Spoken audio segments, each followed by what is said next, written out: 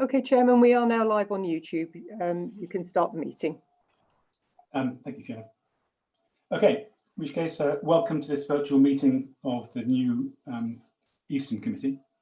My name is Councillor Richard Cole, and I am the Chairman of the committee. So I'd like to start by confirming those present are members of the committee. So Kimberly, can you please confirm? Yes, Chairman. So you have confirmed that? Yes, Chairman. Yes, Chairman. Thank you.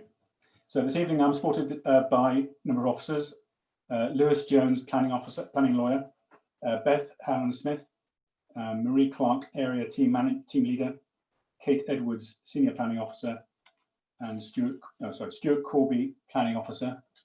And it says, is Patrick Arthurs here? I don't see him. No. And Kimberly Soane. Okay, thank you. And Kimberly Soane, Democratic Services Officer, who is clerking this meeting. So just a few words on protocol. So for members and officers, please use the hand raise function within Zoom to indicate you wish to speak. And so please, if anyone hasn't got that, then please point it out in a second. So, and also please keep yourself on mute when you are not speaking.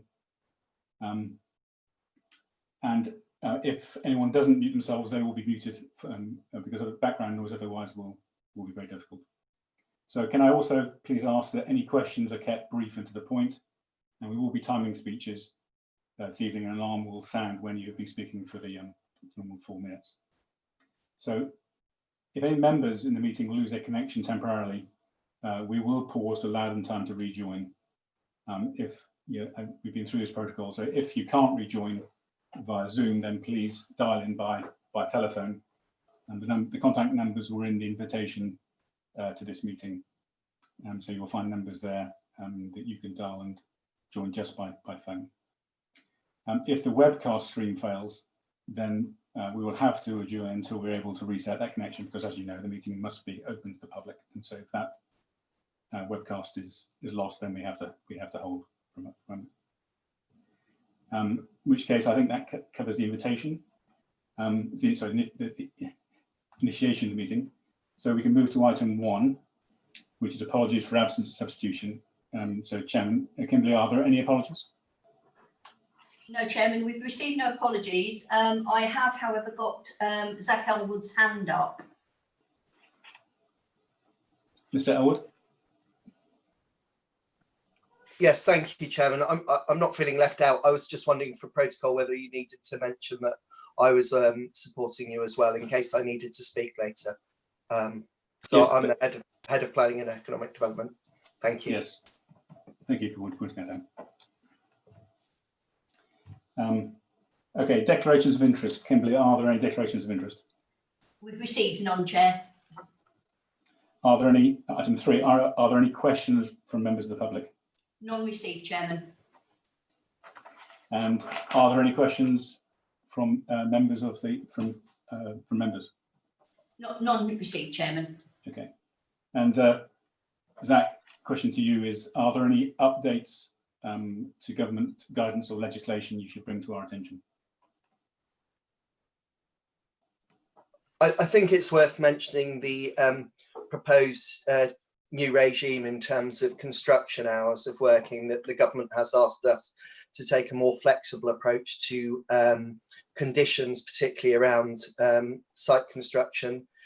This is to allow developments to come forward in staggered building patterns, so that they can allow social distancing of construction workers on site. So the government has produced there was a ministerial statement, and that's going to be followed up through the planning and business bill, or business and planning bill, sorry, that's now going to the House of Lords with a new deemed consent regime, which would enable extension of applications for extension of hours up until 1st of April 2021. So I'm only mentioning it in case there's an application tonight where members felt that they wanted to impose such a condition. I thought I should mention that. Thank you. But as far as you're aware, that regime would not affect any of the discussion by officers of anything on the agenda tonight. I'm not aware that it would, but obviously I'll be guided by officers as they present Okay. the items. Thank you. Okay, thank you very much. 6.1 is a new item which I was advised, it says to advise committees of any applications that have been decided under delegated powers. These are items that might otherwise come to this committee. Kimberly, I know we discussed it, but have any actually been decided under delegated powers yet? None I'm aware of, Chairman. Okay, but ones that have been decided, I will report back to this committee. So in which case we come to item 7 and the first item, land at is that Brienda or Brienda? I'll say Brienda, 54 Summers Lane, Farncombe.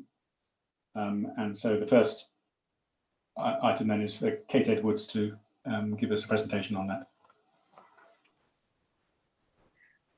Thank you very much. Yes, Chair. Kimberly will just bring up the presentation and then I'll start with that.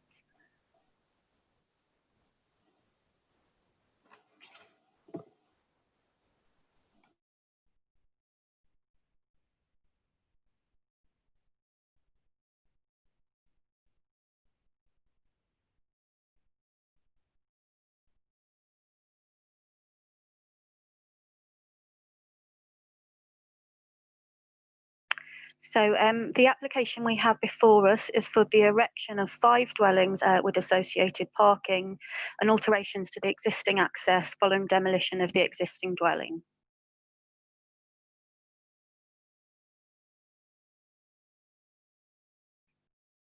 Here we can see the location plan, which is within the built-up area of Godalming in Farncombe.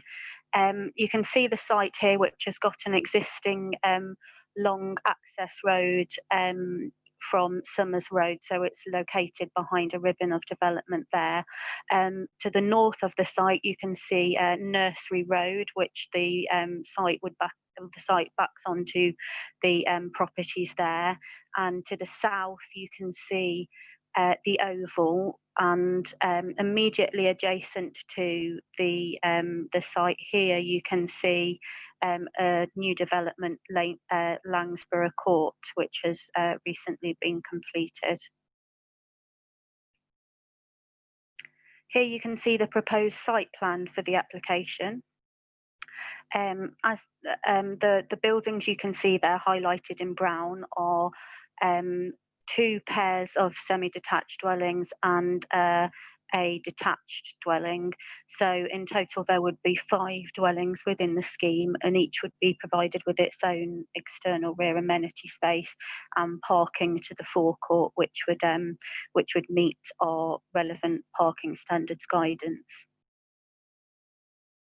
Here you can see the proposed elevations of the dwellings. The image to the left-hand side of the screen is of the pairs of semi-detached dwellings. So there would be 2 of these buildings with 2 dwellings within each, which would, as you can see, have a traditional Surrey vernacular design. And equally, the image to the right-hand side of the screen is of the proposed 2-bedroom detached dwelling, which would be sited to the southern part of the site, and which wouldn't have any windows to the side elevation, looking out over the adjacent site, other than 1 window which would be obscure glazed.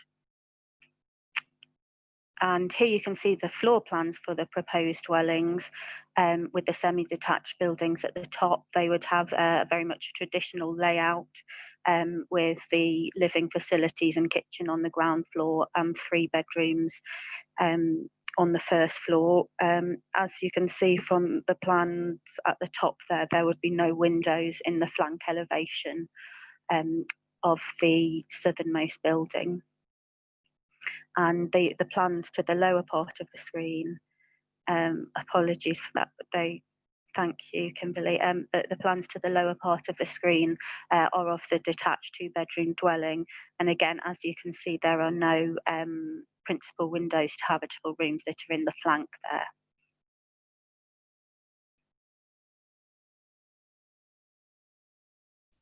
And here we can see some photos of the area surrounding the application site and the application site itself.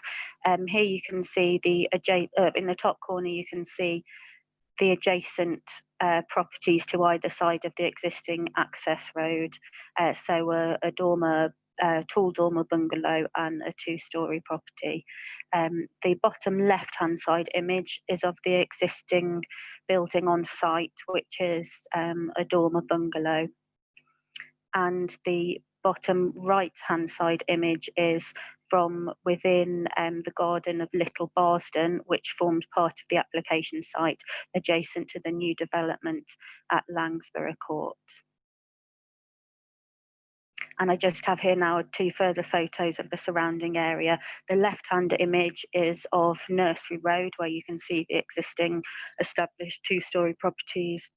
And the right-hand image is from Oval Road, where you can see the reddy orange bricks building, which is the new development at Langsborough Court, and adjacent to that, the existing pair of semi-detached houses, which is Little Barsden, which donates part of its garden to the application site, and the adjacent property Glen Gareth, which is referred to in the report. And here is a lot of detail regarding a previous scheme on the site, from a scheme for 7 dwellings, which was refused in 2018. I won't take you through all of the detail here unless you want to come back to it at a later point. But in essence, this just demonstrates that there was a scheme with a quite substantially similar footprint for a 2-storey development, which was proposed here previously and has been to appeal. And so the decision in relation to this application has very much guided officers in relation to the recommendation you see before you. And this slide also details another scheme which was submitted shortly following the previous one we've just seen for 6 dwellings, and again includes some more details of the history there, which we may want to come back to on any specific points you have. And finally, to confirm, the officer recommendation is to grant permission subject to a number of conditions in informatives. I've included the schedule here, which runs on to the next slide of, I believe it's 23 conditions. So we'll keep that up there for if you want to refer back to it during discussions. I won't list all of the conditions, but it's there for if we need it during the discussion. And that's everything in the presentation. So I hand back to you, Chair. Thank you very much. Thanks very much. Okay, we have 2 speakers on this one. One is the board, one objector. So the first is Mr. Andrew Cam from Bourne Homes. So Mr. Cam, you have 4 minutes. So if you could please turn your camera on and obviously your mic. Excuse me, Chairman. Sorry, it's we'll take Mike Sturgis, the objector, first. The names have just got swapped round on your prompt sheet there. Okay, fair enough. Okay, in that case, Mr. Sturgis, can you turn on your camera and your microphone, and you have 4 minutes to make your points.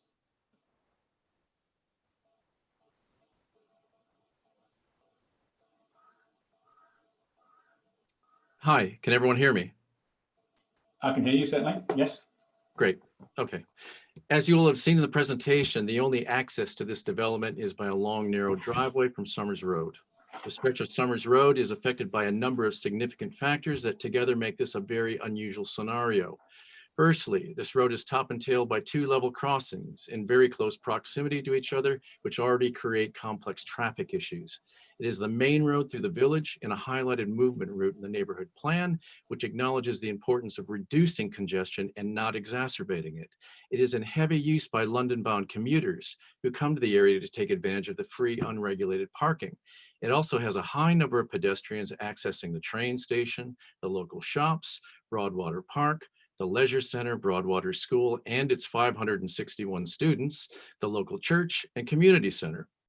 The long, narrow driveway is the only access to the site and the core problem to any proposed site development and ongoing vehicular movement. Regarding this driveway and its access from Summers Road, the findings of the transport statement do not fully reflect reality. For example, the drawings show an unrealistic path that large vehicles would need to take to enter and exit number 54. It simply will not be possible for large vehicles to maneuver into the driveway with vehicles parked opposite.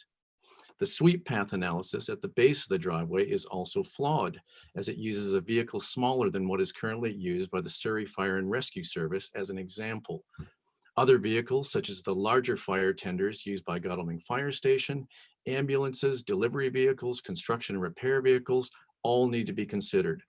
Residents are all too familiar with the congestion caused by the difficulties of access to this driveway, with roads ending up gridlocked and traffic resorting to driving on the pavement. And while the dimensions of the driveway as featured in the transport plan are already inadequate for site requirements, these should not be accepted as an accurate description of the land available to the developer because of the ongoing boundary dispute with 52 Summers Road, who've lived in their home for 40 years. The issues on Summers Road have already been exacerbated by the development at Langborough Court and are currently at a tipping point. The cumulative effect of the new development will be permanent and irreversible. You as councillors and the local Farncombe community will be left to deal with these problems long after the developer has built the properties and moved on to their next project. Additionally, the impact of the development on biodiversity and the quality of life of local residents must be considered. As one example, the residents of Glengariff on Field Lane will be severely disadvantaged with regards to lack of privacy, including plans for the removal of Glengariff's own boundary fence, which has not and will not be agreed. Evidence of this type of non-consultative destruction can already be seen in the damage done along the boundary of 52 Summers Road. The sheer number of sensible measured objections raised by residents on Summers Road, Nursery Road, Field Lane, and Langborough Court underlines the strength of feeling by local residents. This highlights the fact that these issues are very evident and real, and the residents who live on these roads and adjoin the plot of land understand these issues better than anyone. Members, do you truly believe the current proposal containing 23 conditions is acceptable in its own right? Are you confident this development is adhering to the commitments of the neighborhood plan and will not adversely and irreversibly affect Farncombe? And if so, are you then ready to be held accountable for the ensuing problems, accidents, and tragedies that will very likely arise if the existing issues on Summers Road are allowed to become worse? We would ask that you listen to the voice of those residents directly affected and refuse this application. Thank you very much. Right, the second speaker is Mr. Andrew Cam from Bourne Homes. So again, Mr. Cam, you have 4 minutes to make your points. Could you unmute your mic, please?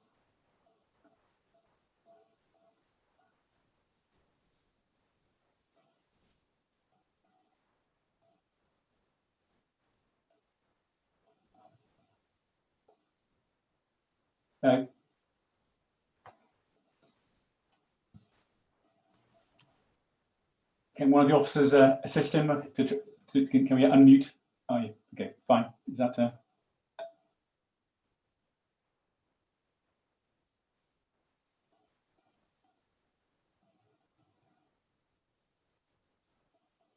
He is unmuted.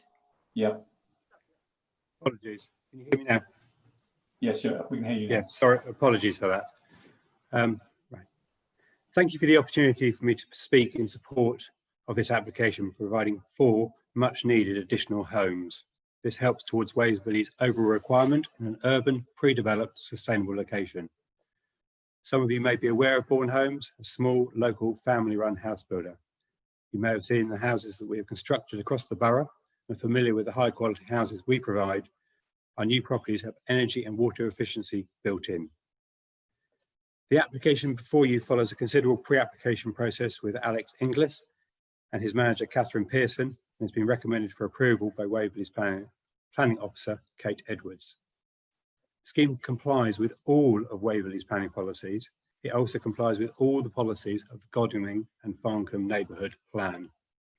The site is in a very sustainable location, just a few metres from rail, bus, and numerous local amenities, as well as a short walk to schools and other facilities. An objection was raised by Councillor Alex Adams relating to surface water drainage and internal water usage. We have reconfirmed the details in our application, both to Mr. Adams and Kate Edwards, that all surface water on the site will drain to subsoil by infiltration, as the adjacent site did. Water usage of less than 110 litres per day will be achieved. Other objections have been raised on parking, traffic and access. The scheme has 13 off-street parking spaces in excess of Waverley and local plan policies. The new access road is almost twice as wide as the current narrow arrangement.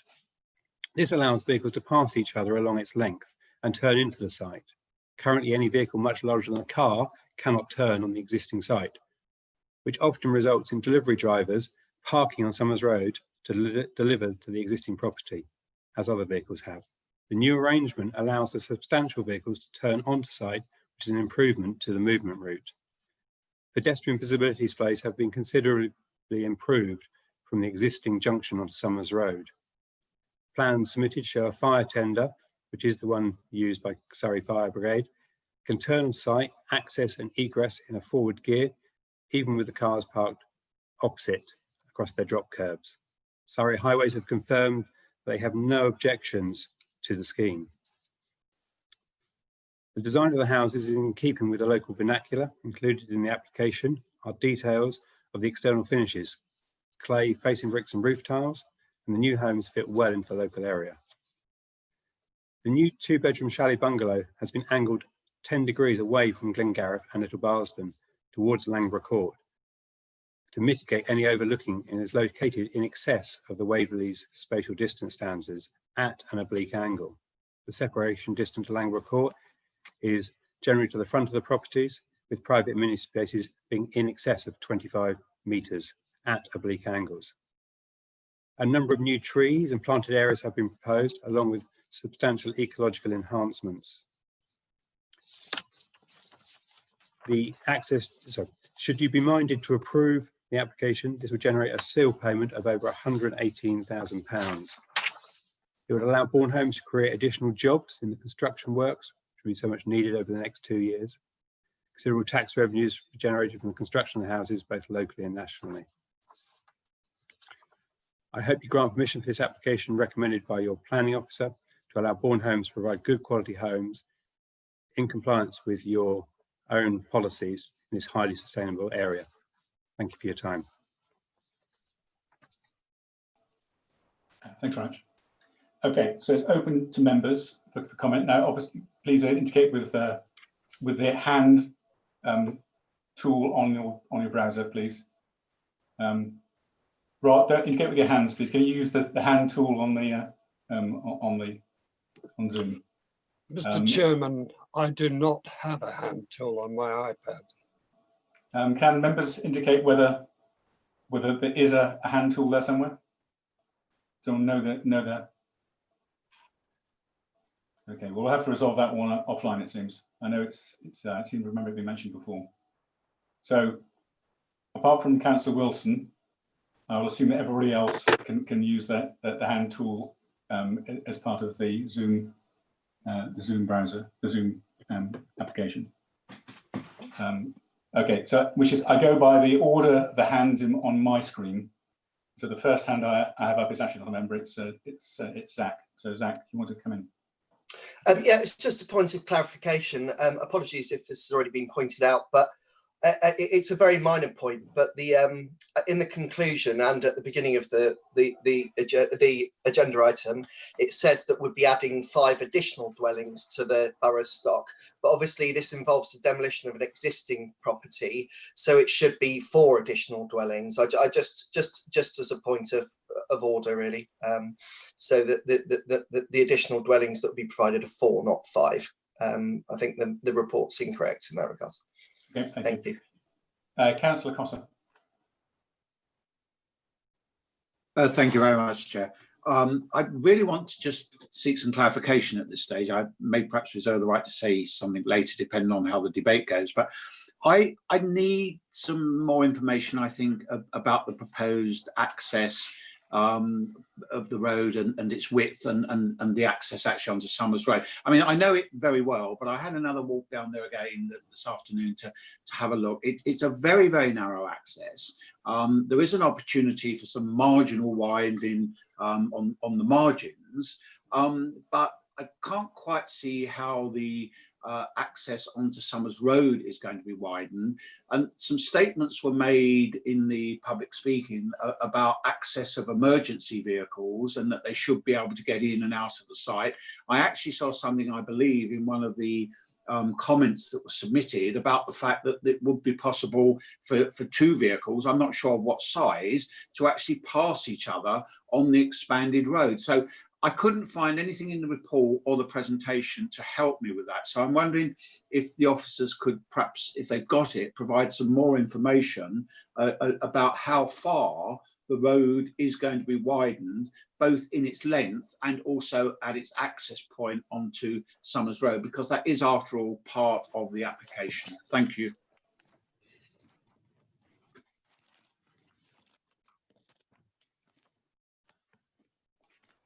Sorry, on mute. Kate, can we do that point now? Yes, thank you, Chair. I'm afraid, Councillor Costa, I don't have immediately to hand the details of the increase in width of the access road. As you've said, it's not going to be substantial given the existing area within the site, but there is existing grass strips to the side of the road, which would allow some widening. I can confirm the width figure whilst the debate continues, if you wish. In terms of what's actually happening to the highway, the applicant is proposing, in effect, to create an opening out with an extension of the drop curb, which would, I suppose, more clearly signal that this was a proper access road, as opposed to an existing smaller drop curb for a single property driveway. And sorry, you also asked about emergency vehicle access. The highways officers at Surrey have obviously reviewed the application and found it to be sound, and that included review of the details of the access road. And I've also had confirmation from Surrey Highways that they agree with the applicant's assessment in terms of access for a fire vehicle, which would be able to access the site and turn around on the site. So Surrey Highways have confirmed that. Thank you. Okay, so you're going to look at the width during the rest of the discussion. Yes, I can measure the exact width for you. Apologies, I don't have that immediately to hand. That's fine. Okay. And could people, after they've spoken, could they put their hands down, so just to avoid confusion? Councillor Wilson.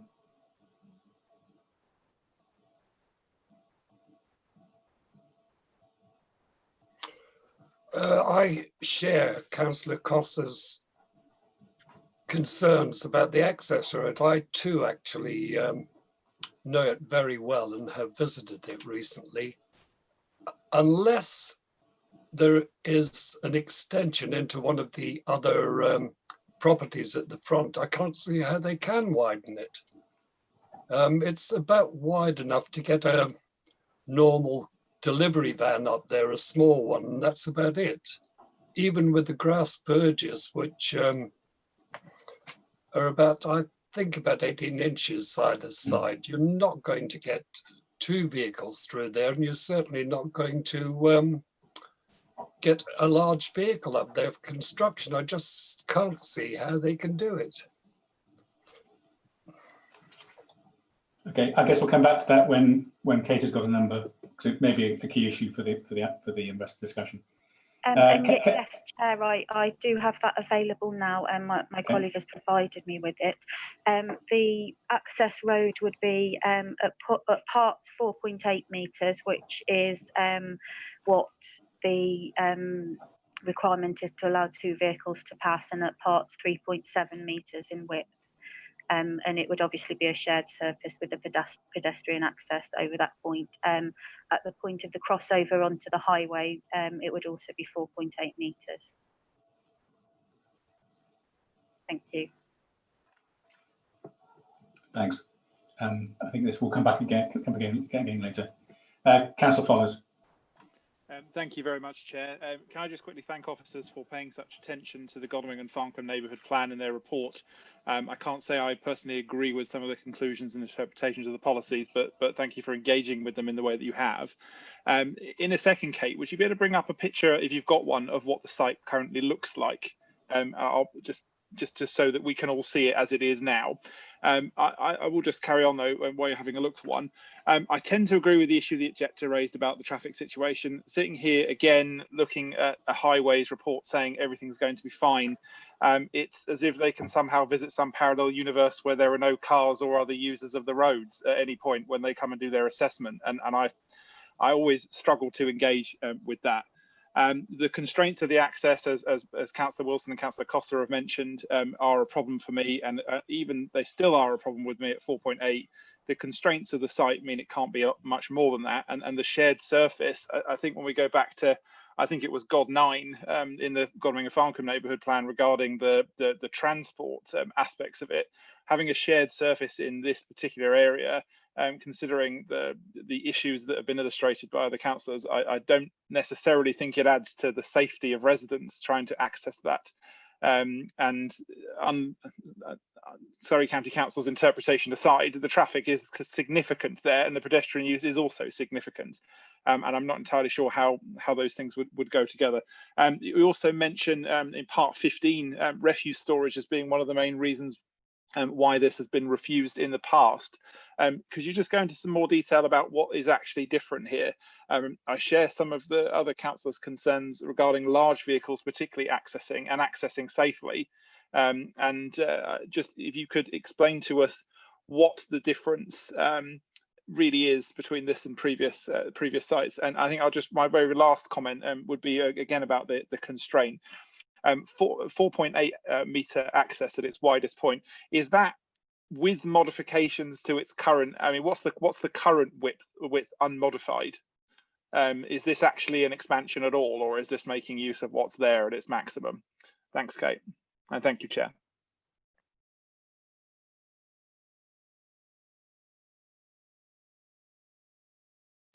Thank you, Chair. If I'm able to come back directly. Yes, please. Yeah. So, Councillor Follows, thank you for your questions. I appreciate the concerns you've raised. I'm afraid I don't have a direct photo across the entire site within the presentation. Kimberly, would it be possible to return to slide 23 within the presentation, which is my site photos? Because that in effect shows the existing building, which is a bungalow, from the mouth of the existing driveway. The rest of the land behind the existing bungalow is in effect forms a rear garden to the bungalow and a side garden to it. The photo also you can see here to the right hand side shows the existing situation within the part of the site which is donated from the rearmost part of the garden of Little Barston, so the property fronting onto Oval Road, which, as you can see, is very much a domestic garden appearance. Just moving through your questions now, Councillor Follows. In relation to the highways issues, the constraints of the site are clear in that only so much land around the access road is included within the application site, but there is an area which is comparatively narrow that it can expand into, which will allow passing at some points. And really what we're doing with this application is very much balancing the comparison of the existing situation with what's proposed. So it is an existing access and that needs to be taken into account in the assessment, whilst officers acknowledge very much that access will be intensified in terms of its use.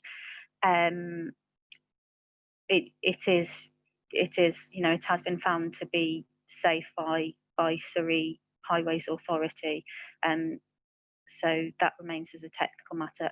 It's also been found to be safe through the history of the refused applications, and in neither case has the inspector disagreed with anything to do with accessing the site, including for schemes which were substantively larger than that which is currently proposed. In terms of refuse storage, again, sorry, Kimberly, if you could possibly take us back to the site plan, which is on slide 20, which I'm afraid isn't particularly ideal in terms of scale for showing you. Apologies, I don't have a specific detail for this, but so you can see in the access road here, there is just an indent around about here, which is where there would be a temporary refuse storage area. There would be a more permanent refuse storage area near to the houses where people would take out their waste on a daily basis, but the bins would then be moved down to the refuse storage area nearer to the road for collection by the refuse vehicles, which would be on the road and servicing the other properties on Summers Road. And I believe that covered everything. So thank you very much. Chair, may I comment now? I've seen the photos again of the green bit in the middle. Yeah, very brief, please, Councillor Collins. Absolutely. I think the point I was just wanting to make there is that at the moment that's a fairly sort of green island in a relatively developed part of Farncombe.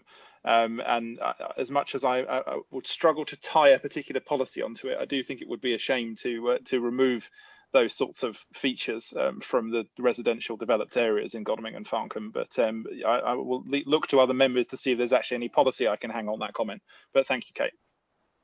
Councillor Goodrich.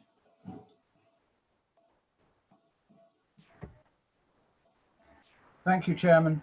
I just wanted to comment, and I was going to ask a question as to where the refuse bins are going to be, and that's been answered by Kate. Thank you very much, because that seems to me one of the major one of the differences from the two previous applications, in that now they've come up with a solution so that the refuse collectors don't have to walk up a long drive and can collect it from nearer the highway. Mr. Sturgis, who was, spoke to us at the beginning of the meeting, seemed to be majoring a lot on the highway situation. I know the road very well, having lived in Godalming for 40, 50 years, and have often travelled down this road. But you know, the practical problem we have as councillors is that we're not going to be able to put in my view, a highways objection for two reasons. Firstly, the Surrey County Council have raised no objection on highway grounds. And secondly, it would appear the inspector in the two previous appeals has not said that even for 6 or 7 dwellings that the access way is not suitable for the development. So I think we are in a difficult situation to raise any objections on the highways, but I appreciate what the local members' comments have been. Also, Mr. Sturgis mentioned about a fence being removed from Glengarriff or something like that, which is not owned by the applicants. And I suppose, speaking the obvious, a planning permission would not give the developers the right to interfere with property that didn't belong to them. And if there's a legal dispute as to who owns the fence or who owns the boundary, that again is something which is not of our concern, and I'm sure our legal advisor will confirm that if necessary.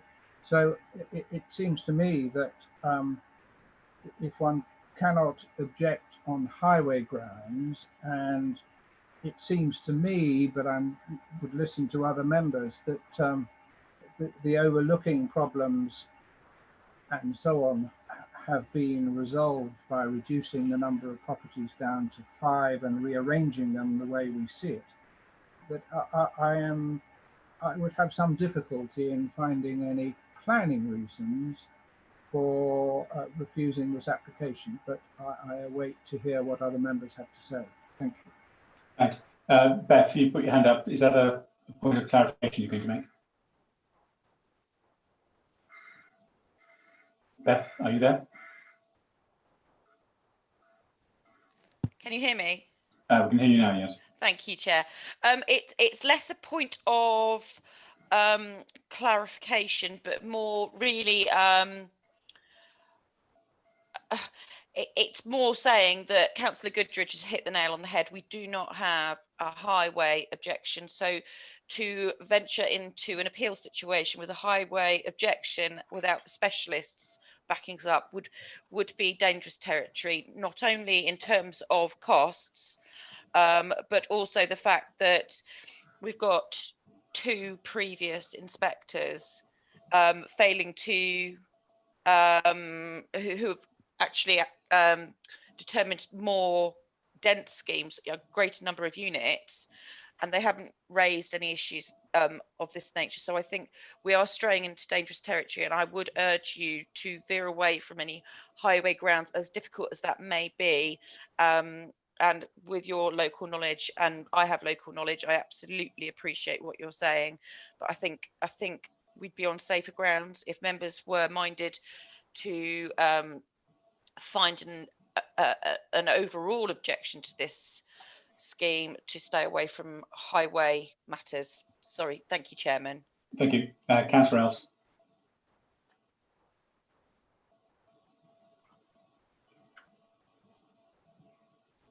Thank you, Chairman. Well, like previous members, I do share reservations about the access, but for the reasons outlined by Beth just now, it is dangerous ground.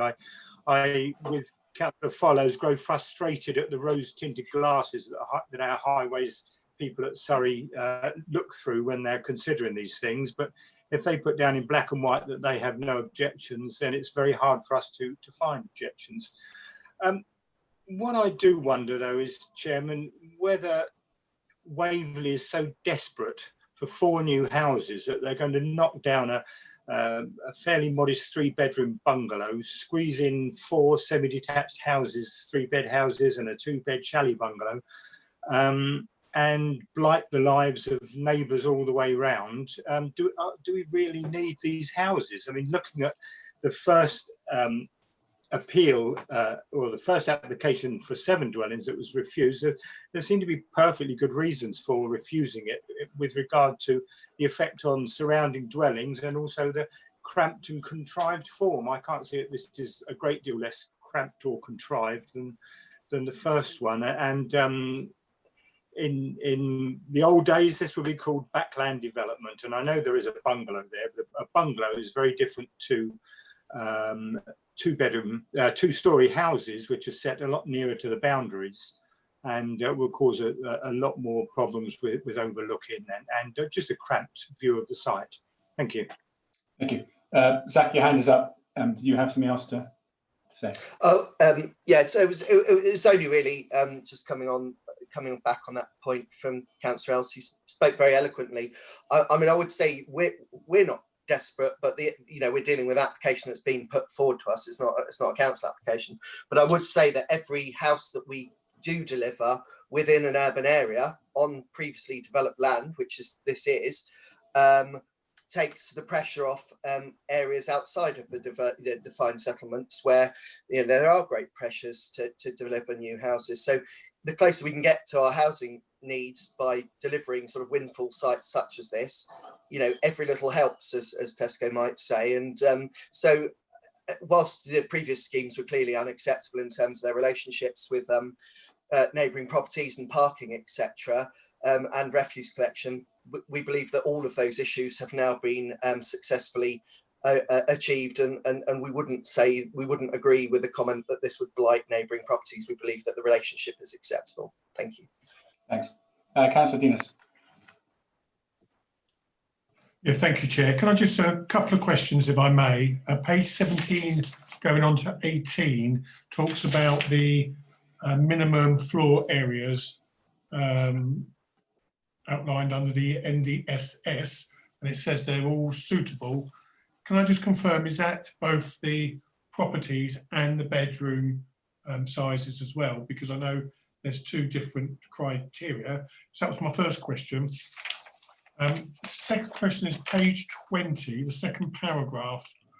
When it talks about the water would require 108, I think it's litres per head per day, which is below the minimum outlined in policy CC2.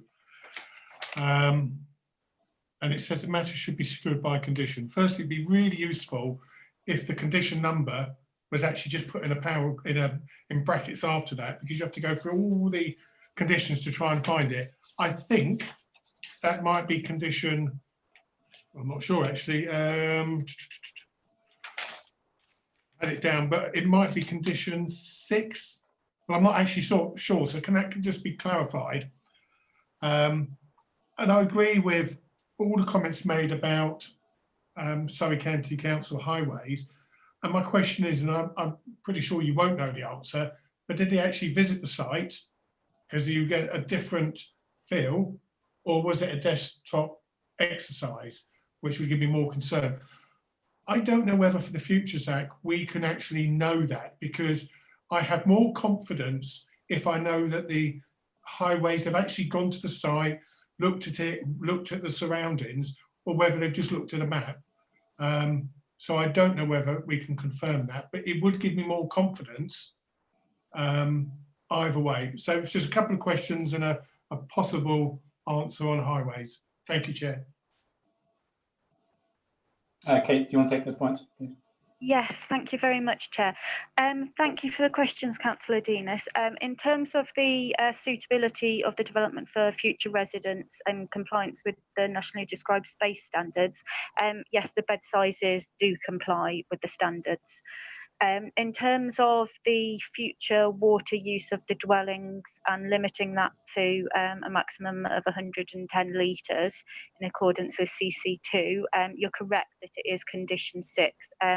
In many cases, that detail isn't submitted until after an application is determined, but fortunately with this application we have the detail up front, so we've conditioned compliance with that, so it's a slightly different condition to usual.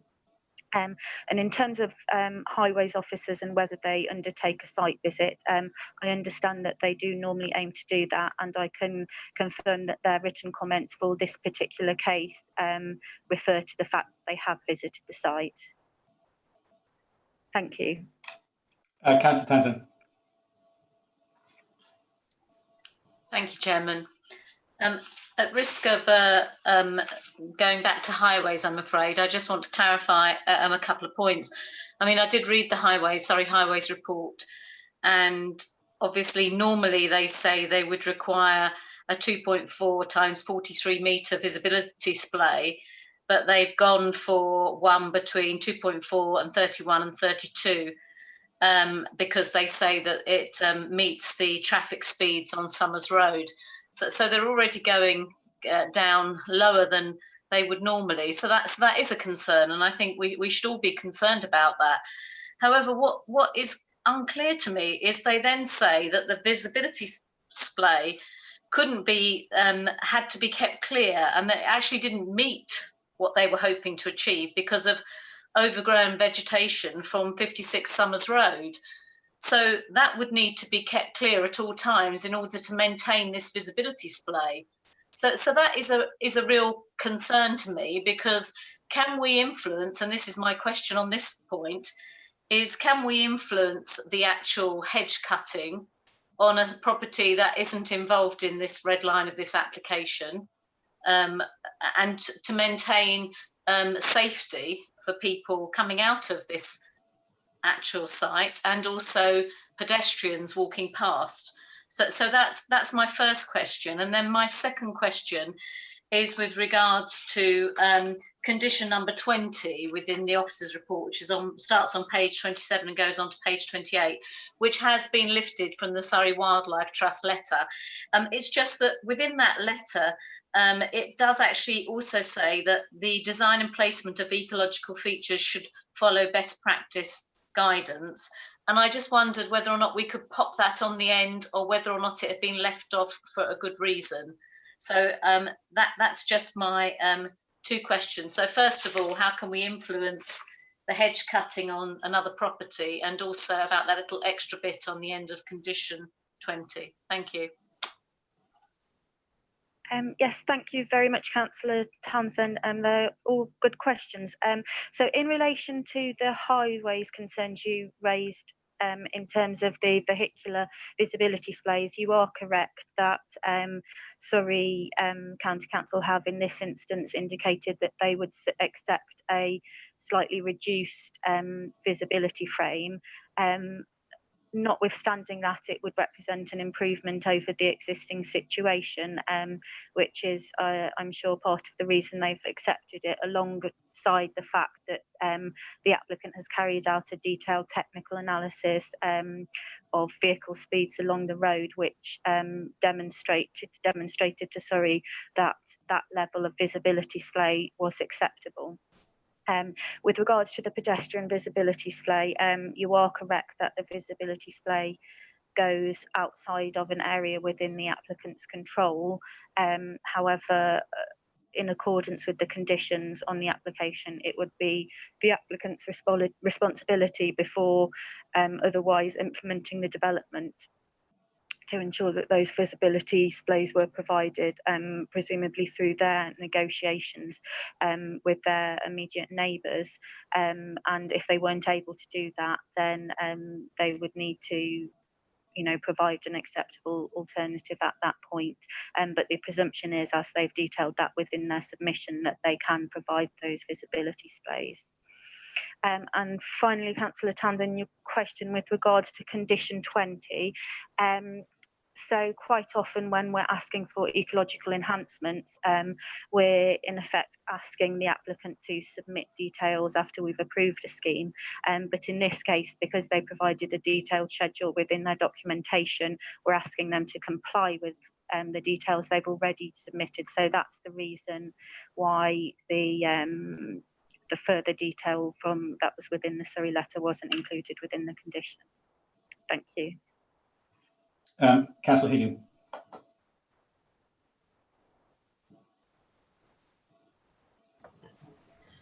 Hello, thank you. I have a number of questions. The first one is the reference that's been made to previous inspectors having not taken up the highways matter. But my understanding of the process is that as highways weren't one of the reasons to reject the previous applications, the inspector would have had no need to look at them. And my understanding is that the previous applications were both rejected by officers under delegated authority, and this is actually the first time members have had a chance to put their own perspective on these things. So surely that can't preclude us from raising highways if we all feel so highly about it. And the other observation is that I'm not convinced about the explanations on the traffic displays. It seems a flawed way forward if we're relying on conditions that aren't totally in the immediate control of the developer, or more importantly, the control of future owners and occupiers of these properties. So that I see as a concern. Thank you. Councillor Seaborn.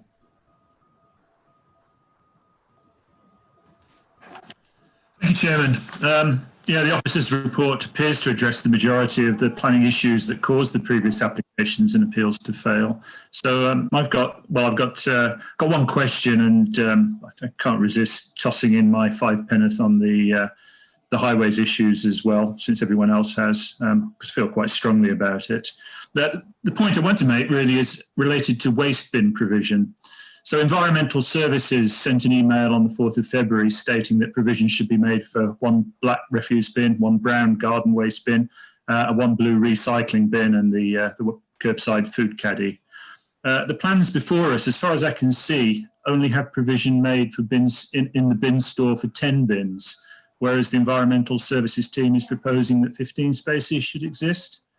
I realise that the green waste service is voluntary, but none of the properties appears to have adequate amenity space for composting or burning of garden wastes. So it seems reasonable to assume that some level of green waste would be generated that needs to be disposed of.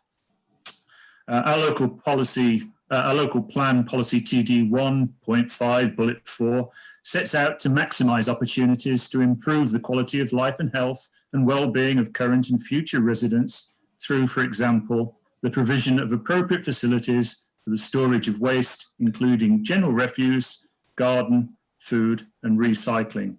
So if I've read the plans correctly, we still seem to be short of adequate bin space as recommended by environmental services, but I'd welcome Kate's comment on that.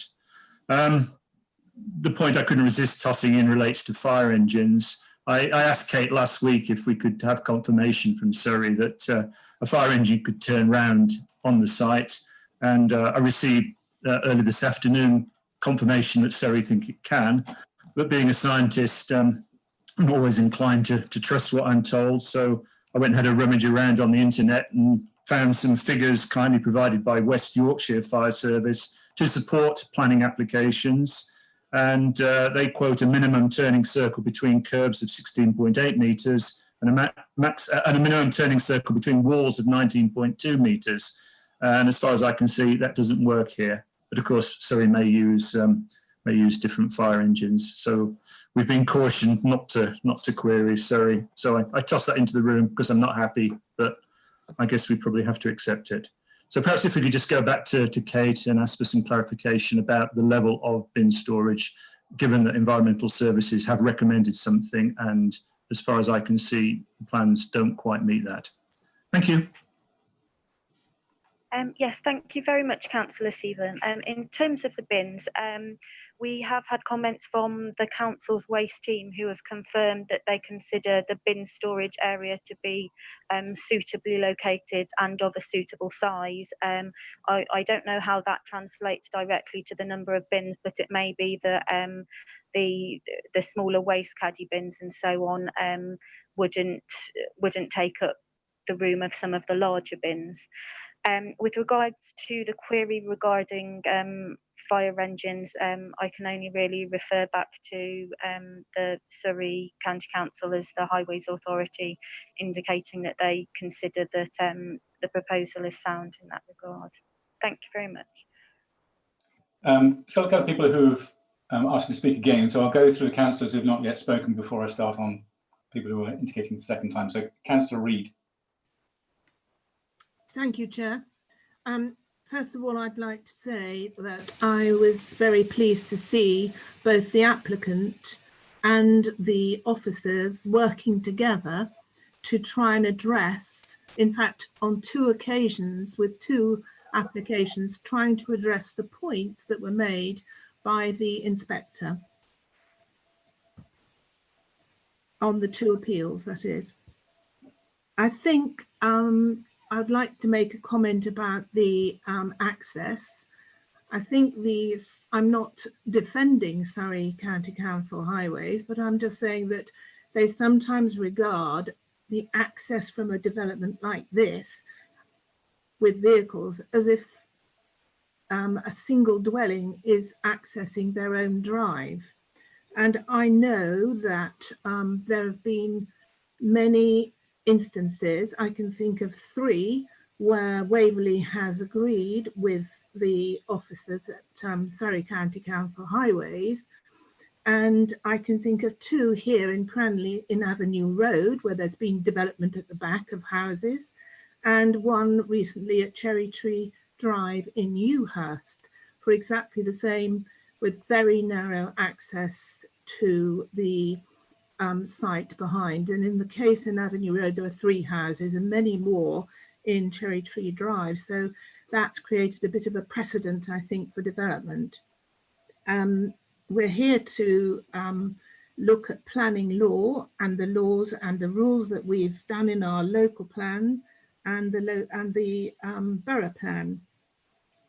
And I think that I would, at the moment, consider approving and go along with the officer's recommendations to grant this application, providing everyone adheres, the developer adheres to the list of points made in the conditions.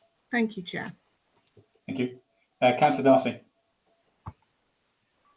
Yeah, I had 2 points I wanted to make. The first one was that when I checked on the documents online, I couldn't find a response from the utilities responsible for drainage and for water supply. There was one from Southern Water who simply said that they weren't involved. So presumably that means Thames Water are involved, and there didn't seem to be any response from them. So that's number one question. The second issue was to do with climate change, and I was quite surprised to read, hang on, I'll just read it. On page 20 of the documents, it says, given all the above considerations, it is considered the scheme makes appropriate provision for responding to climate change. Well, that depends on what's meant by appropriate. Are the houses carbon neutral? Could they become so by 2030 or 2050? Is their energy supply low carbon, in particular the heating system? Is the design and layout arranged to make best use of orientation and landscape so as to minimise energy use as required by our policies and by the NPPF? Is the green infrastructure designed to minimise water runoff, absorb heat and support biodiversity? Again, I couldn't find information on this. Does the development incorporate measures that protect or enhance the biodiversity value? Nothing about that. So is this appropriate when Waverley, Surrey and the UK Parliament have declared a climate emergency? This provision is woefully inadequate and does nothing to contribute to mitigation and adaptation to climate change as required by local and national policies. Thank you. Thank you, Councillor Darcy. I mean, we've had this point before that as yet I believe we've not translated the climate emergency into local policy. But Zach, perhaps can you comment on what Councillor Darcy has said in terms of compliance to green policies? Well, I respect Councillor Darcy's views on the matter. These matters weren't brought up on the previous appeals, is the starting point. We do have policies, some policies relating in Local Plan Part 1, relating to sort of sustainable development. Obviously, you can always go that bit further. And obviously we're strengthening in our Part 2, Local Plan Part 2, as Councillor Darcy well knows, because he was involved in drafting some of these. We're very much strengthening our sustainable policies, but we do only have a sort of strategic policy at the moment, and we may be on a bit of a sticky wicket if we try to refuse on these grounds. But I think he makes some valid points that mustn't be lost. I did want to come in just very briefly in response to Councillor Hegan's point. I just wanted to make it clear to members, it may be a misunderstanding, but when we refuse an application and it goes to appeal, the inspector treats it as it is their application. They don't just look at the reasons that the council has imposed as reasons for refusal.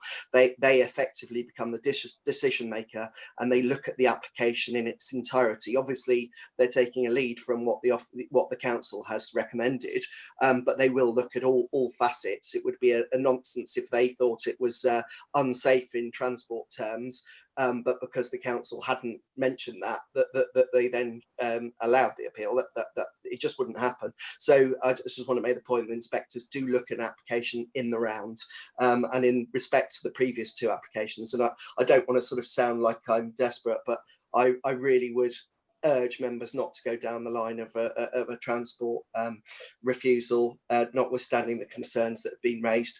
Highways do not object. We have no evidence to suggest that it's unsafe. It's intensification of an existing access, but the provision has been made within the site for passing bay for two vehicles to be able to pass, and at the exit, and only one vehicle can exit at one time, which is no different from the current situation, albeit there'll be more vehicle movements, but only one vehicle moves into Summers Road at one time. And that's the current situation because there is an existing house there with an access. So, I don't want to sound desperate, but I would really am concerned that if we go down the transport objection route, that we will, I know members don't like hearing this, but we will be at risk of costs being awarded against us for unreasonableness. Thank you. Councillor Costa.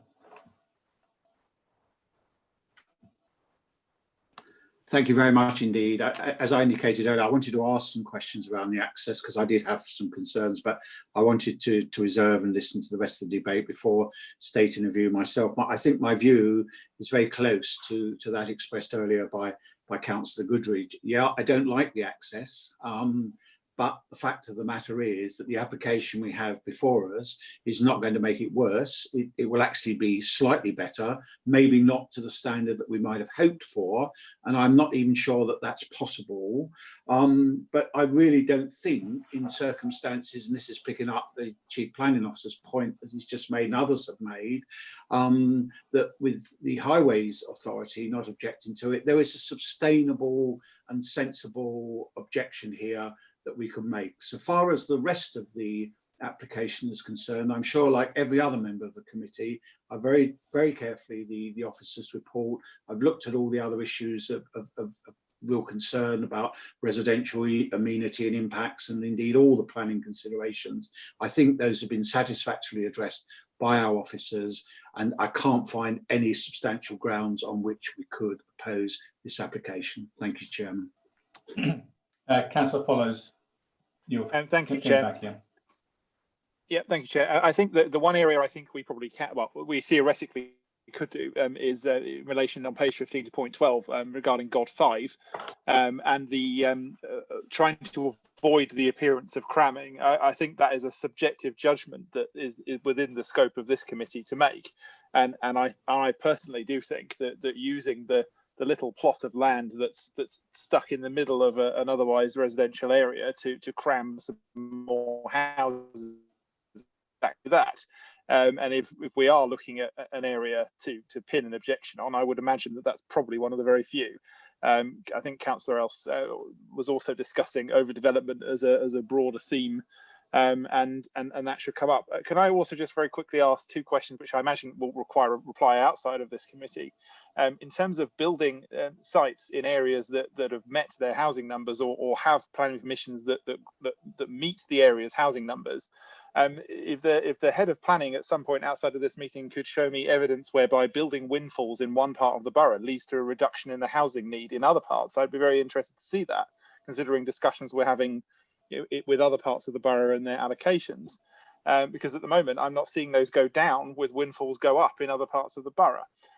So unless there's a good reason for that, I don't see why the need to build more houses within the Godalming and Farncombe boundary I don't think is demonstrated, because my understanding is we've met the housing demand as required by local plan part 1. Councillor Follows, if this is not a matter for this application, can you pursue that outside the meeting? But well, in fairness, it might be. Okay, in fairness, it might be, because I think it does address this idea of a need to build housing. But my question back to Kate is, could you just elaborate on whether in any way this is could be classed as overdevelopment, and if you could just ask a little bit of your interpretation of God 5 that led to the comments in there.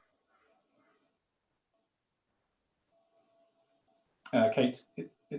Yes, thank you very much, both.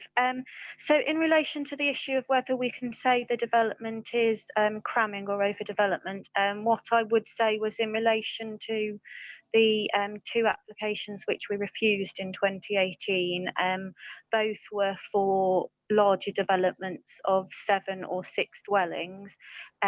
One wasn't refused for any reasons in relation to character. The other was refused for being cramped and an overdevelopment, but that was principally articulated in terms of the level of parking that was required for the development and the impact that overspill parking would have within the surrounding visual landscape.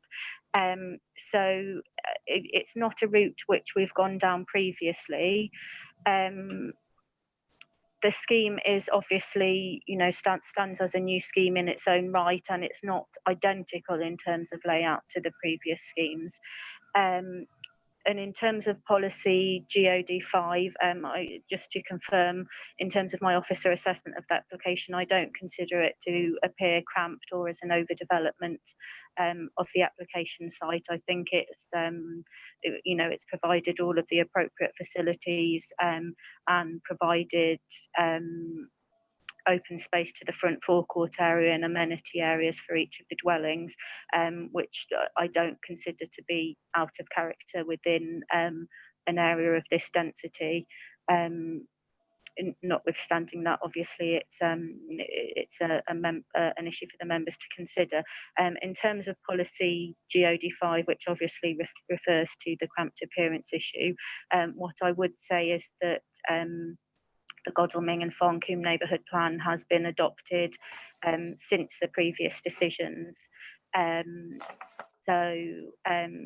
If members did have a very significant concern overall with regards to a cramped appearance, notwithstanding that I very much don't, policy GOD5 would need to be referred to.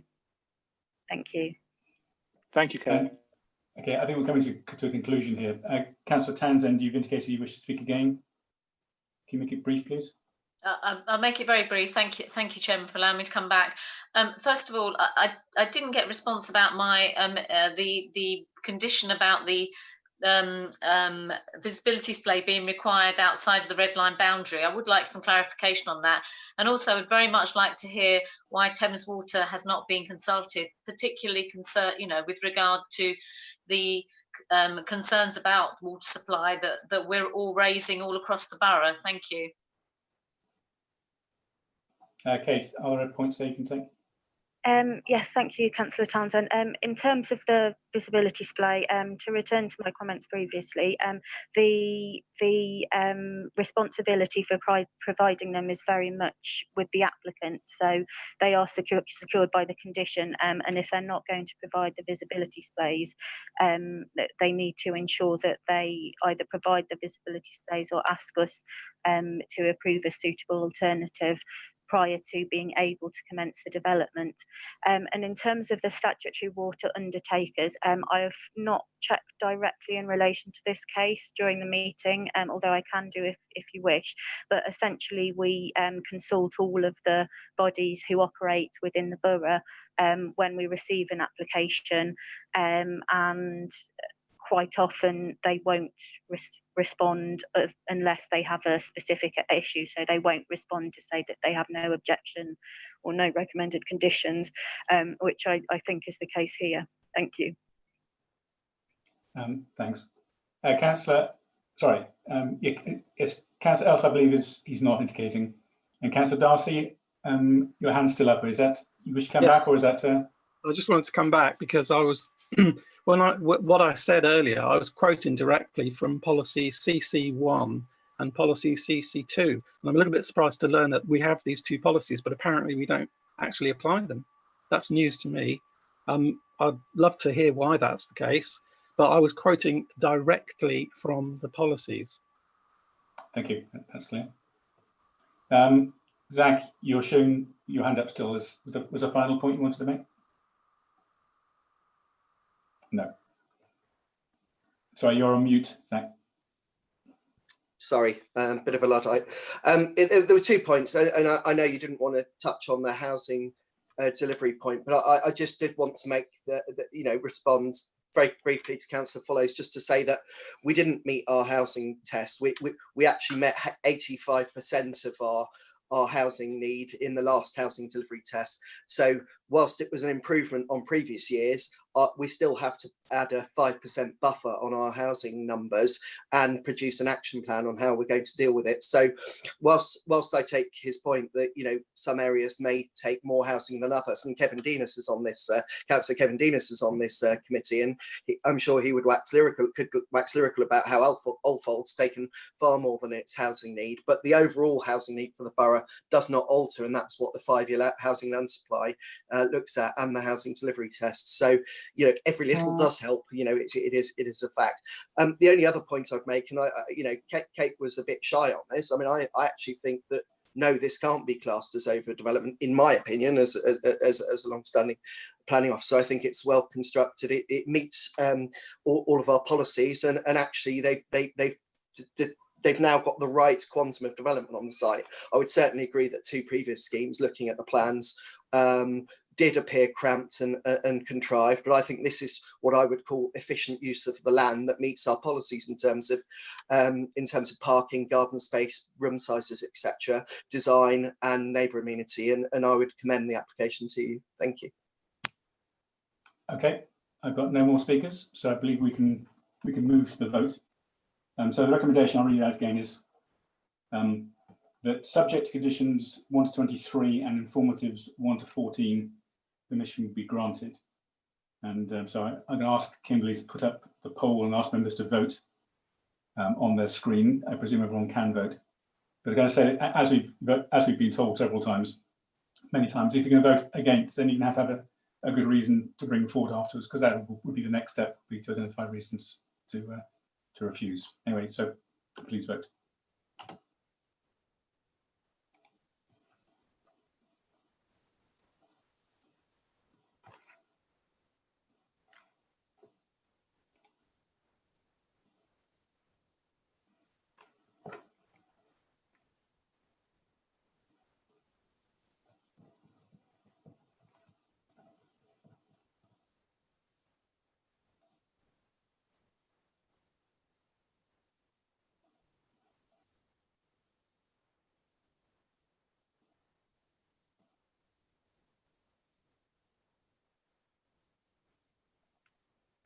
I have one more member of the committee who hasn't voted. It's currently showing 14 members having voted.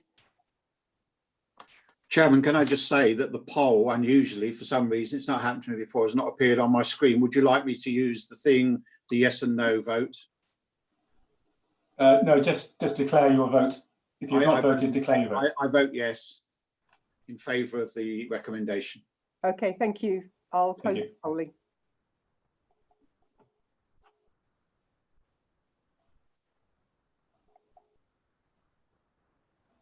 So that's sharing the results. So in actual fact, that will be 10 in favour of the recommendation to grant planning permission and 5 against. Okay, thank you. That motion recommendations has been passed on. I don't think I noted anything that was discussed that had to be reflected in additional conditions, in case we've been past that point. But so in which case, right, thank you very much. That's item's concluded. Okay, so we move on to the item 8, which are applications not subject to public speaking.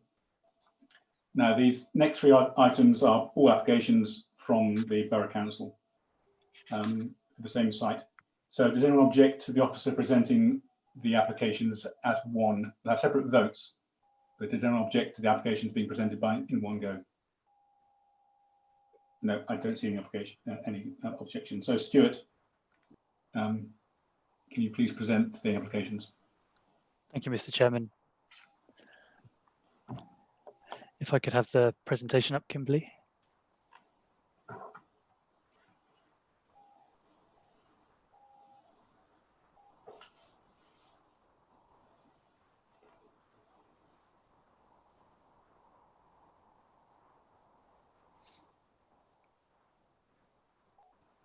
Thanks so much. Yes, presenting 3 applications for the same site here today. Blundon's Court is located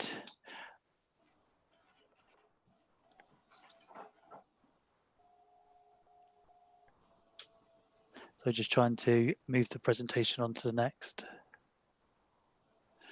Located west of the High Street in Bramley, set back from the road and beyond the library.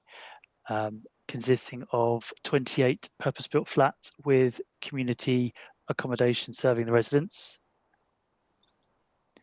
This gives a flavour of the site in its design.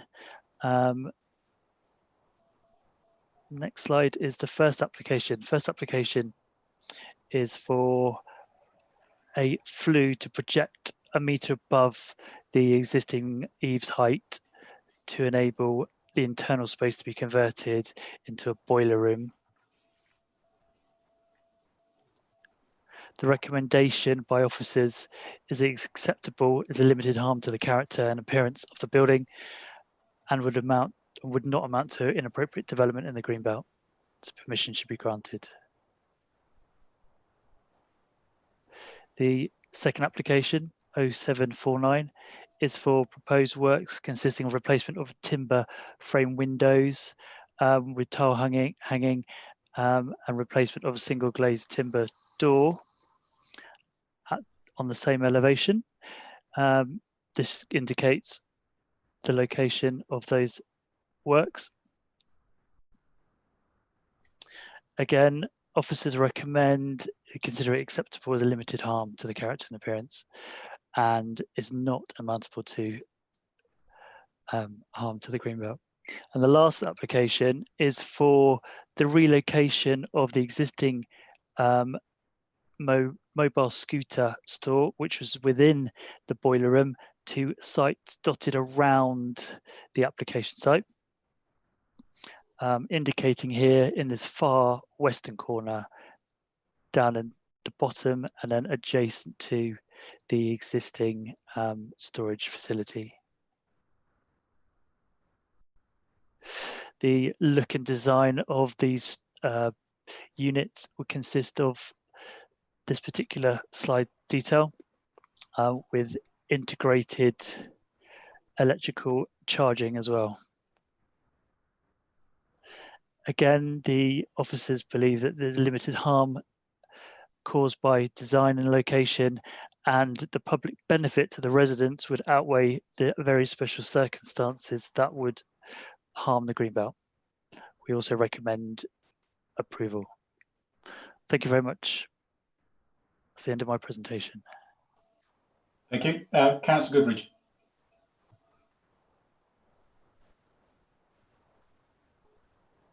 Chairman, I would defer to the local member if he wished to speak before me, but I just have a fairly simple question.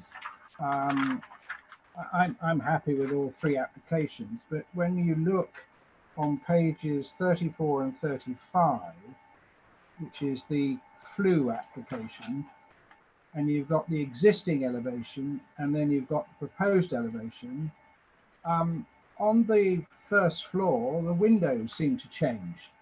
Now, I know it's not part of the application, but could I have an explanation as to why the first floor windows have suddenly become double the size, or certainly on the right, double the size, and the others have grown a bit as well? It's not part of the application, but it is a bit confusing for those of us who live in Wannosh. Thank you. If I could just have the presentation back, please, Kimberly.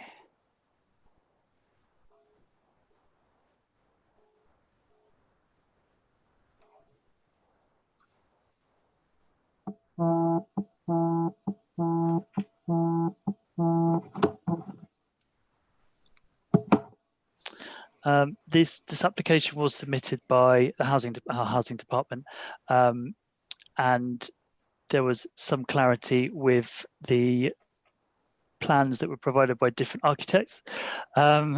We concluded that the different applications were going to match the plan which is on the second slide. If you can just... So this is the true representation of the outcome of both applications, with the flue, the window replacing the door, and the works to the boiler room. I hope that clarifies things. Councillor Seaborn. Thank you, Chair. Yeah, these three applications are in my ward, and they're only in front of us because Blunden Court is a Waverley-owned property, and so the application can't be determined under delegated powers. There have been no local objections as far as I'm aware, and I can see no planning reasons to go against the officer recommendations. It's probably worth members knowing that a lot of this work is actually needed to help manage elevated Legionella levels at Blunden Court. It's not a planning issue, but that's why the work's being done. So I would hope that any objections to this have very, very good planning reasons, because the reason they're doing this work is very much for the benefit of the residents. Really, certainly the third item where we should be at all worried about impact on the green belt. I think the first two are a fairly trivial impact. It's not going to be the prettiest development that Waverley builds this year, but it's well out of sight to vast majority of people in Bramley. So I have absolutely no hesitance in supporting the officer recommendation, and I hope colleagues will see that likewise. Thank you, Chairman. Thanks. Councillor Tanton. Thank you. I just wanted to point a clarification on the one for the installation of the mobility scooter stores.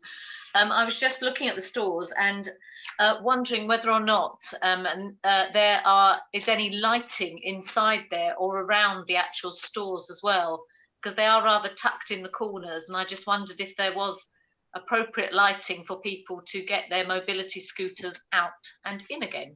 Thank you.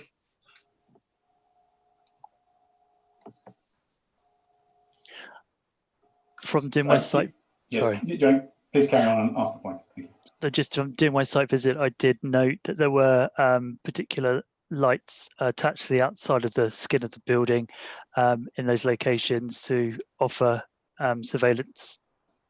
But there's not been any additional lighting proposed for this application. Councillor Follows. Thank you, Chair. Just to second the fact that having had quite a lot of discussion with the portfolio holder on this particular issue as it's gone along its merry way, is obviously something we need to deal with. I'm certainly content if both the ward members are also content. And I'll just conclude by saying thank you to you, Chair, and also officers for managing an online planning session that certainly puts the Surrey equivalent to shame for those of us who had to endure that in the. Okay, thank you, I think. Zach, you've got your hand up. Is something you wish to say? Oh, sorry. Thank you, Chair. Yeah, it was just a quick one. Councillor Townsend's made the point about lighting. I know Stuart's very kindly come back, but I mean, I would have no problem with us adding an informative to our own housing team to ensure to remind them that the mobility stores should be properly illuminated. You know, I'm very happy to add an informative if members would be comforted by that. Sorry, it's a minor point. Councillor Darcy. I just wanted to reinforce Richard's support for the proposal, because obviously it's important for London Court. However, I did have a slight, not concern, but I support it, but just a question really about why the particular locations for the mobility scooters were chosen, and that they would be able to be accessed easily, and for them to be able to take the scooters out to wherever they need to go from those locations. That's really just a question, really. Stuart, can you assist? Unfortunately, we don't have anyone from the housing department here tonight, this evening to answer that particular question. Beth, may you like to add? If I may, Chairman, taking on board Councillor Darcy's point, which is well made, in the absence of any particular rationale behind what you are assessing this evening, I mean, you are really assessing what is before you. I can't comment on the reasons for the location, etc. All I can say is that I'm sure they've been well thought out, but it's not for this committee to debate the location. It is what is before you this evening. Thank you, Chairman. Councillor Gray. Thank you, Chairman. And like others, I support principle 1 and 2. I just have a couple of concerns about the mobility scooters. One's about the metal nature of those buildings. I don't know what colour scheme they're proposing, but I'm sure we could do something to help their appearance if they were suitably painted. And the other issue was, I was wondering how someone on a mobility scooter driving up to a closed door would actually get the door open. Perhaps someone could help me with that little problem.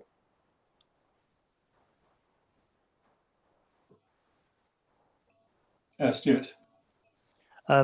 They've been designed in a certain fashion to, I presume, cater for their easy opening and closing. The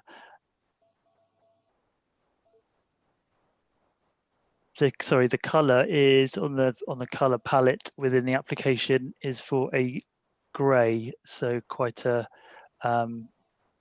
muted grey color. And are you happy with that colour on planning grounds? Yes, we did not find it was going to adversely affect the character of the area, seeing as they are tucked away in those locations. Okay. Various planning officers' hands are going up and down, so I've got Beth's hands up first. Thank you, Chairman. If members were particularly concerned about the colour, it's something that we could perhaps condition or impose an informative. I absolutely accept the fact that Bramley is very rural in character, and you'd want some sort of muted colours. So I'm sure we could exercise some form of control over that if members wished. Thank you. Okay. Kath, you're next. Thank you, Chairman. Just a point of clarification from the design and access statement. So it says the units are robust, easy to use drive-in storage units. So hopefully that answers Councillor Gray's question on that point. And with regards to the location, it says here they've been located in close proximity to the residential buildings without undue visual impact. So one can assume that an exercise has been carried out, therefore, to locate them close to where residents need to be, but in the least obtrusive areas on the site. Thank you, Chairman. And Zach, the last point. It was only a very quick one. I mean, I hear what Beth says, and obviously if members felt so strongly about the colours, yes, you could condition it. But I would say that given their locations, they're not in a very prominent location visually. They're muted in themselves. They're a grey colour. I really don't. I mean, what I'm loath to do is add additional conditions that might delay the delivery of them by requiring further submission of information. And I would say, you know, I would be content to with the design as it is. But yeah, I mean, if members felt incredibly strongly about it, we could put a condition on regarding colour. Councillor Gray. I withdraw my comment on colour. Thank you. Okay. In which case, we had one potential amendment to the 3 recommendations. That was on the last one, which was to add. Councillor Seaborn, your mic's on. Can you turn off, please? Sorry. To the third one, which was to add potentially add an informative on the lighting around the we call them garages, stores. Sorry. So is a proposal? I think Councillor Townsend raised it. Do you have a proposal that we add that informative, Councillor Townsend, or that condition, perhaps? I think it would be fine as an informative. Thank you. Yes, please. So the informative you're proposing is, perhaps could you just say what it is so we're clear? Sorry, to ensure that adequate lighting is available to the storage units. Okay, thank you very much. In which case, I've got no more comments. No, so in which case, may move to the vote. So I'm going to take these one by one. So the first one, B1, which is the installation of the flue. So the recommendation is subject to conditions 1 and 2, and informative permission be granted. So can we please vote on that?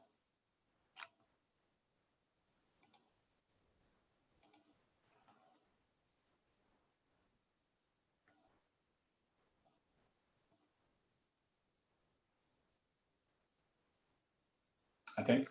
Did Councillor Costa manage to vote on that this time? He appears to. I have 15. 15. Okay, good. Great, thank you. Right, the second, then item B2. So this is the application for alterations to the elevations.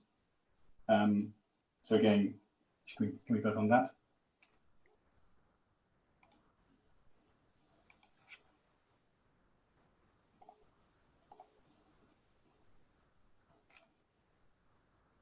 Okay, that's passed.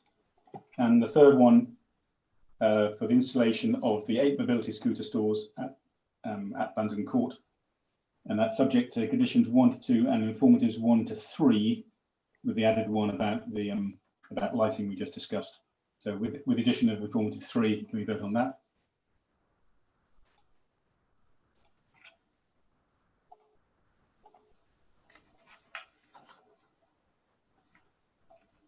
Okay, thank you. That's passed. Carried. Okay, so that completes all those items.